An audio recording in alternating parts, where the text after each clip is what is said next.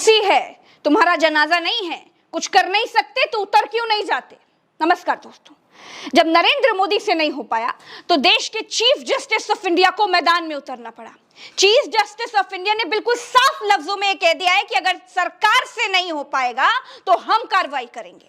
बेटी बचाओ वाली निकम्मी और नकारी सरकार के प्रधानमंत्री मणिपुर में हुई मानव इतिहास की सबसे विभत्स, सबसे घृणित घटना पर कहते हैं कि वो क्रोध में है, उनका हृदय पीड़ा से भरा हुआ है।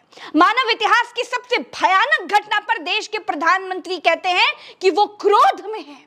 इतने समय तक देश ने देख लिया है कि जब जब देश प्रधानमंत्री से एक्शन की उम्मीद करता है ना, तब तब नरेंद्र मोदी रफू चक्कर हो जाते हैं। चाहे कोरोना हो, चाहे बिल्किस बानो का मामला हो, चाहे मणिपुर हो, हर बार प्रधानमंत्री नरेंद्र मोदी या तो दिल से माफ नहीं कर पाते हैं, या तो क्रोध में होते हैं, या तो इनका हृदय पीड़ा से भरा होता है। ऐसा लगता है कि देश ने प्रधानमंत्री चुनते समय गलती कर दी।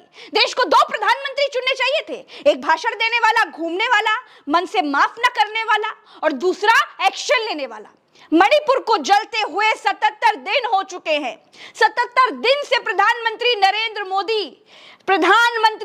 मोदी से देश चिरौरी कर रहा था कि बादशाह आलम एक बार तो मणिपुर का हाल भी जान लो। हर जगह जाते हो, अरे मणिपुर हो आओ। हो सकता है कि देश के प्रधानमंत्री की अपील से ही मणिपुर की हिंसा थम जाए, लेकिन ना प्रधानमंत्री ने मणिपुर की तरफ देखा, ना ही मणिपुर का मां बोला। जब जब राजा अपना कर्तव्य भूल जाता है, जब जब राजा धर्म की सीढ़ी पर चलकर राजगद्दी हथियाता है ना, तब तब लोगों का हाल मणिपुर जैसा ही होता है। मोदी के मुंह से अब 77 दिन के बाद मणिपुर का मां निकल पाया है। भारत देश के दामन पर वो दाग लग गया है जो किसी भी साबुन से नहीं धुलेगा। मानव इतिहास की सबसे विभत्स घटना मणिपुर में घटित हुई है। देश ने राजा को इसलिए चुना था कि राजा देश चलाएगा, लेकिन राजा पार्टी चलाने लगा। राजा अपने अहंकार की रथ पर उड़ने लगा। राजा चुनाव मशीन बन गया। राजा भाषण वीर हो गया। राजा को दिखास और छपास के रोग ने घेर लिया। राजा को प्रजा से अब कोई मतलब ही नहीं रह गया है। बेटी बचाओ का वचन देखते ही देखते सब हवा हो गया, और जिस राजा ने बेटी बचाने की कसम खाई थी, उसी राजा के राज में मानव इतिहास की सबसे घृणित घटना हो गई।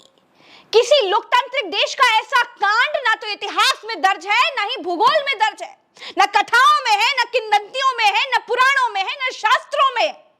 बिल्किस बानो के गैंगरेप के आरोपियों को रिहा करने वाले मणिपुर का क्या इंसाफ करेंगे। कार्रवाई के लिए वीडियो वायरल होने का इंतजार करने वाली सरकारें क्या बेटियां बचाएंगी। हम शर्मिंदा हैं कि इतना सब होने के बाद भी डबल इंजन की सरकारें मणिपुर में चल रही हैं। हैरानगी इस बात की भी है कि राष्ट्रपति का होना ना होना सब बराबर है। प्रधानमंत्री तो भाषण देने और रेडियो पर बोलने के लिए ही रखे गए, ऐसा लगता है। बाल एवं विकास मंत्री अमेठी और राहुल गांधी से ज्यादा कुछ बोलती ही नहीं है। कभी सिलेंडर लेकर धरती हिला देने वाली स्मृति ईरानी ने कहा है कि बीरेन्द्र सिंह जी से बात की है।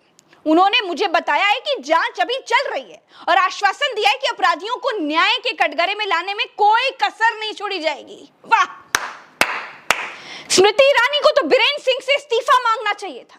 जबरन बीरेन्द्र सिंह को गद्दी से उतार देना चाहिए था, लेकिन ऐसा कुछ भी नहीं है। मानव इतिहास के सबसे विभत्स समय को याद रखेगा। इतिहास में लिखा जाएगा कि जब राष्ट्रीय मीडिया गोदी हो चुका था, जब जिम्मेदार मीडिया दलाली काट रहा था, जब सरकार केवल धर्म के रास्ते अगली सत्ता हासिल करने के जुगाड़ों में लगी हुई थी, तब कुछ पत्रकार थे जो नौकरियां छोड़कर बोलते थे, जान जोखिम में डालकर बोलते थे। कुछ कुमार विश्वास जैसे कवियों ने सरकार के लिए खुलकर लिख दिया था कि कुर्सी है, तुम्हारा जनाजा नहीं है, कुछ कर नहीं सकते तो उतर क्यों नहीं जाते।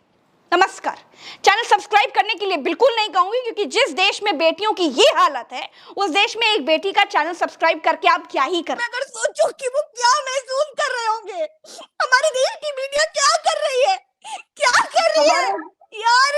आप अपने आप को संभालिए, मेरा निवेदन है, क्योंकि ये संभालने वाली बात नहीं है पूनम जी। आप सोचिए हमारे देश की मीडिया क्या कर रही है। मीडिया सीमा और सचिन को दिखा रही है।